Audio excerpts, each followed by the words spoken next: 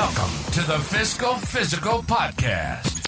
Join us each week as we sit down with the founder of Alchemy Wealth Management and author of Your Fiscal Physical, Ryan Nelson. Tune in to gain valuable insights and practical tips as we simplify complex financial concepts into digestible lessons.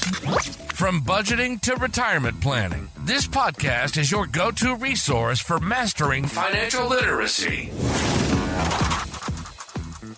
Welcome, everybody, to this week's episode of the Fiscal Physical Podcast. My name is Aaron. As always, I am joined by the wonderful Ryan Nelson, the founder of Alchemy Wealth Management, founder of this podcast as well. Ryan, how are you today, my man? I'm doing well. How are you doing, Aaron? I'm doing pretty solid. I cannot complain. It's another glorious day here in Reno, and we're doing it, man. We're excited to bring you guys another episode. And Ryan, you got anything to say before we jump into consolidation loans today? Let's dive right in. All right, let's do it. So, Ryan, this is a topic that I come up with these ideas and I spitball them sometimes with my significant other, and I'm like, hey, what do you think would be a good topic? And just as at the time of recording this, my wife's been out of work for 2 months now, and so we're starting to feel a little bit of the financial crunch, and so we're just looking at different ways. And she's like, well, what about a consolidation loan? Maybe we just get, because you think about, you have all these different areas that you pay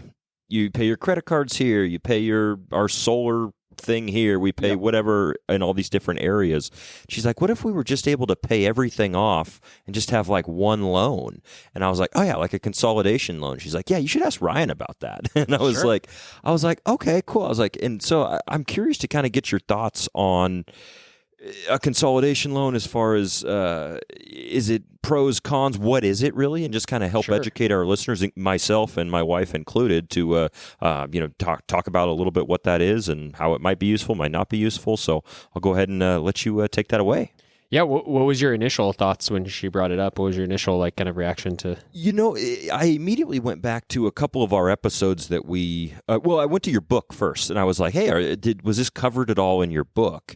And I don't believe it was. I couldn't find it at least covered in Consolidated, but there were paying off debt strategies in there that I think we're probably going to touch on a little later, and we've touched on them in previous episodes as well. But I immediately was like, I don't know how complex it is to actually get one of those. And then is it better to have quote unquote paid off all your debt except for this one big loan? And is that the best financial move? Immediately, just my initial reaction for us, probably not the right move. But I really don't know. I think it's an interesting concept overall, I suppose. Cool. Yeah. So let's dive in. So, what is a consolidation loan? I think that was one of your first questions. Yeah, absolutely. So basically what it is it's combining multiple debts into a single new loan, which you alluded to earlier, right? And so ideally, that would be with a lower interest rate, or at the very least, a simpler payment structure. So like you said, instead of having to make 15 payments, you're now making one payment, right? Yeah. That simplifies things. And again, ideally, it would be a lower interest rate. So this is often unsecured loans. We'll talk a little bit about what that means here in a second, but it can sometimes be a secured loan. So unsecured, I think we talked about this in one of the previous episodes, but unsecured, like your credit card debt is unsecured. If you go buy dinner with your credit card and you don't pay your credit card, can the credit card company come back and take the dinner back from you? No. Yeah. So it's not secured against anything. Right. And so the interest rate on your credit card is pretty high. They're taking a bigger risk lending you that money to buy dinner. Because if you don't pay it, they don't have much recourse, right? Right. Now, with your house, if you don't make your mortgage payment, the bank can come take your house. So it's secured, right? They have an asset that they can take. So if you don't make your mortgage payment, the bank comes take your house, they can sell it, they can get their money back, basically, right? Okay. So like a car loan would be a secure debt. Cars and houses would both be a form of secure. Interesting. It's it has the backing of it almost, if you will. Yeah. Yep. And so usually when people are talking about consolidation loans, it's usually an unsecured loan. And but sometimes you could do something with your house or a car potentially. But so why you might want to consider this is, again, if it simplifies your budget. So if you had 15 debt payments and you're overwhelmed, this could simplify things. And I think we've heard me say in the past that like your financial plan should be simple. It shouldn't be overwhelming. It should be something that you could follow. So simplification, I think, is a big benefit. And then again, it could potentially lower interest rate. So if you have all these high interest credit cards, Sure. If you said, man, we have 10 high interest credit cards, we have $5,000 on each one, we're paying 20-something%, and we heard about a consolidation loan where we could consolidate this down to one payment and pay 7%. Sure. Right. That sounds pretty good. Yeah, you take $50,000 of total debt that you were paying, 20% on, and now you can get it down to 7%. That sounds like a pretty darn good deal, right? So that would be a huge potential win. And then you could also theoretically reduce, this is one reason, I don't know if it's a pro, I don't know if it's a con, but it's one reason why somebody might do this, is they could reduce their monthly payment by stretching the term. So what that means is maybe you were due to pay your, or you go order something from Home Depot and they're like, hey, you got 12 months to pay this back. Mm-hmm. And so you say, well, shoot, we buy something that costs $12,000. They give us 12 months to pay it back. So we're like, that's $1,000 a month. Well, if you go get some sort of consolidation loan that has a payback term of, say, 5 years or 10 years, you're going to have to pay back less money per month over 5 years or 10 years. Right. So it could lower your overall payment. Again, there's some negatives that come with that. So I'm not saying that in itself is a pro or a con, but it's just kind of a fact. And it's a reason why some people do this is to reduce their monthly payment. They're not necessarily reducing their overall debt, but they're reducing the monthly payment, again, by stretching the term. Sure.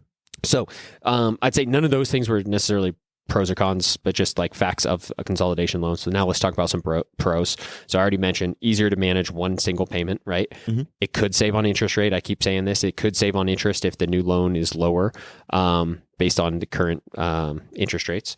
And so that could help also improve cash flow. So, maybe you're like, man, I really want to be saving for my Roth IRA, but I'm short on cash flow. I'm not able to save in my Roth. If we were to do this consolidation loan, stretch the term out a little bit, I would give me a little extra cash flow to save in my Roth. Maybe when I look at this long term, maybe it does pencil out, right? There'd be some reasons why you want to improve your cash flow. Mm-hmm. Some cons, though, is if you extend your loan terms, it means, you're going to pay less per month, but you're going to pay it over more years, which what that ends up meaning is you're going to end up paying more interest over time because that interest is going to be over 2, 3, 4, 5 years versus 1 year, right?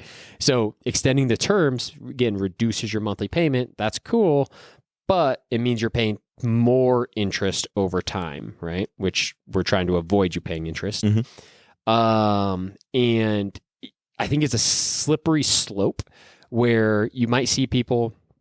Again, let's use that example where you had 10 credit cards, each with $5,000 debt on them. Mm-hmm. You feel this pressure, right? And you're like, man, I don't like this feeling. Like I'm really extended. We don't have any, we've like fully maxed out all of our credit cards. It brings this like sense of anxiety and pressure, right? And then you go get a consolidation loan. And you take that $50,000, $5,000 on 10 credit cards. You take that $50,000, you put it on a consolidation card. You take a deep breath. You say, "Wow, that's nice. Yeah. I spread that over a 5-year term. My monthly payment on it is lower. Mm-hmm. It's simplified. It's all on one payment. Maybe I got even a better interest rate than what I was paying on my credit cards. Like this is a win. I feel better." Now all of a sudden you don't have that pressure, and all of a sudden your credit cards start creeping up again. Yep. And you go back and you look a few months later, and you're like, you start building some credit card debt. Mm-hmm. So it's a slippery slope. It's like you didn't solve the problem. You actually you were spending more than you were earning. Mm-hmm.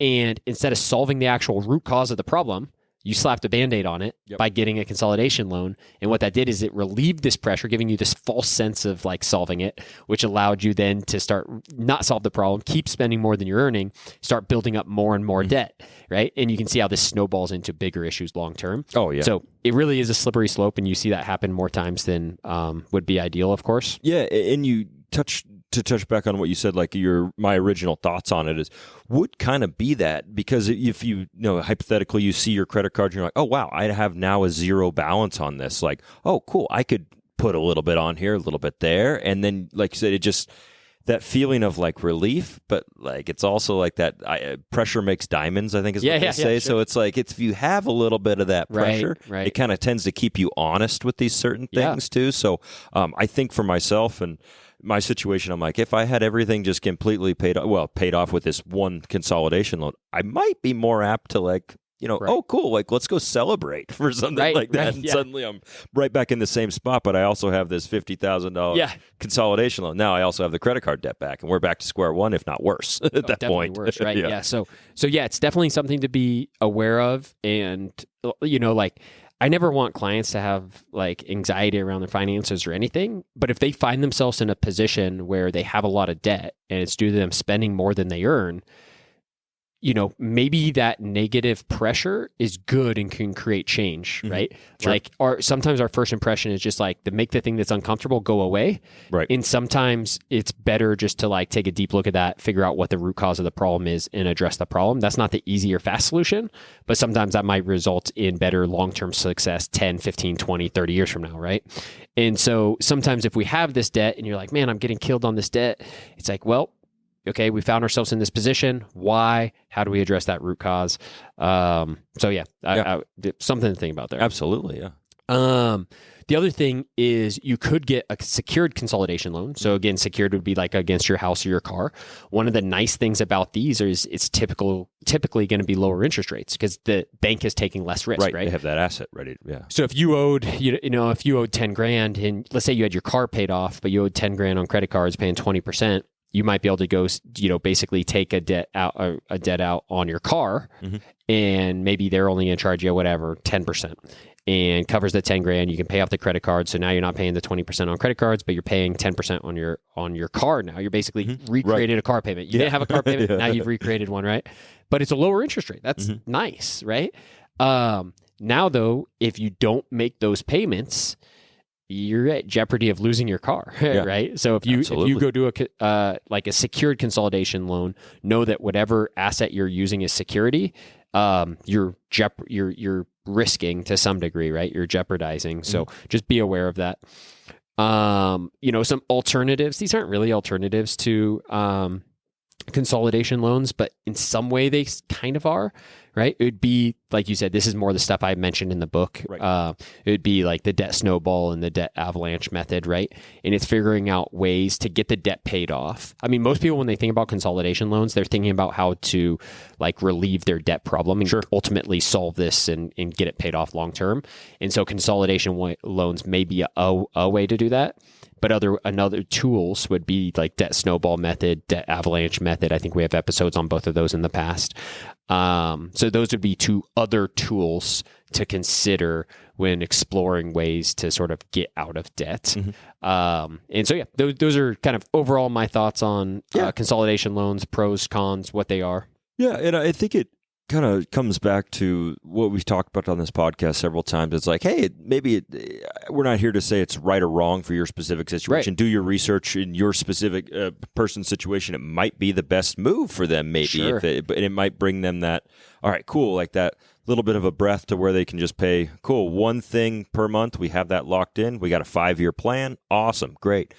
Otherwise, like maybe consult with your financial advisor if it's something that you want to do or you're exploring doing, because like you mentioned, there are other strategies, and I'm going to plug episode 48, I think is what it was, paying off debt, that we did for this. So if you guys want to go back, which is crazy, that was almost like half the episodes where we're at now. So that's pretty wild. Almost a year ago. But definitely some good ones in there that are a lot of debt that I've kind of figured out over the time is almost like that psychological pressure, or a lot of money is psychology. And being able to have those little wins to where you just get started on paying off the debt with these other strategies, it can really go a long ways. Absolutely. And so I think that they definitely explore all your options with this, but hopefully you guys maybe learned a little as far as the what a consolidation loan is, and ensure that you can. I hear stuff on the radio too, like put it all into one like payment, and you get advertisement. And once I start researching these things, it's always funny. Like my social media always will I'll talk to my wife about something, and then suddenly I'm getting like an advertisement for a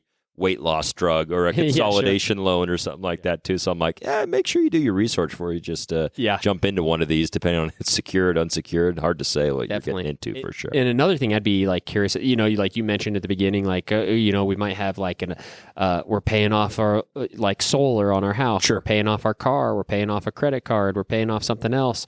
And so it's like, if you were to look at all those, it's like, well, the interest rate on your car might be, depending on when you bought this stuff, your interest rate on your car might be like a promotional 0.9% rate, and your on solar it might have been 4%, right. And the credit card might be high, like 20%. But then when you think about all this, it's like if you go get a consolidation loan at say 10%, based on today's interest rates, maybe, then you're like, man, I might be actually paying. Yeah. I had an interest rate of 0.09% for my car, and like 4% or whatever I said for solar, and I actually got now paying a higher interest rate on some of these, right?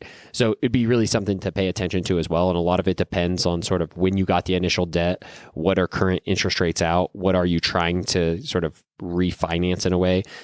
Credit cards are usually an easier one to find something cheaper, but also if you think about it, like there's a reason why credit cards are charging you a lot. Is a bank going to come in and give you a much better rate? Why are they, if they're coming to you and seeing that you have a bunch of debt that you need to consolidate, are they interested in giving you much of a better rate? So it'd be worth some due diligence to kind of figure out what kind of rates you could actually get before diving too deep into this stuff. Yep.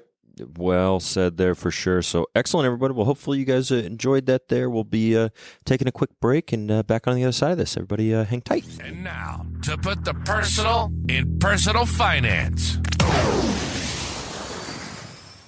Welcome back to this side of the Fiscal Physical podcast. I'm still here with Ryan. And Ryan, today we're going to be talking about holiday traditions. How do the holidays make you feel, Ryan? I love the holidays. How do they make you feel? I'm the same way. I love all holidays too. I mean, I work with the company that I work with right now. We have an office in Prague, Czech Republic, and so we have like 10 individuals and some artists that work over there that work from, and they send out like their holiday calendar, and holy smokes, they get 2 national holidays like every month, almost, that they're off of work. I might be over, but it's like 20 a year that they get off for paid. Like, that's fantastic. And I was like, that's great. We need more holidays. Yeah, immediately what I was thinking there too. So, but as far as the holidays go, do you have a favorite holiday tradition that you enjoy the most, I suppose? Man, yeah, I don't know that our family's like big tradition people. I don't have a ton of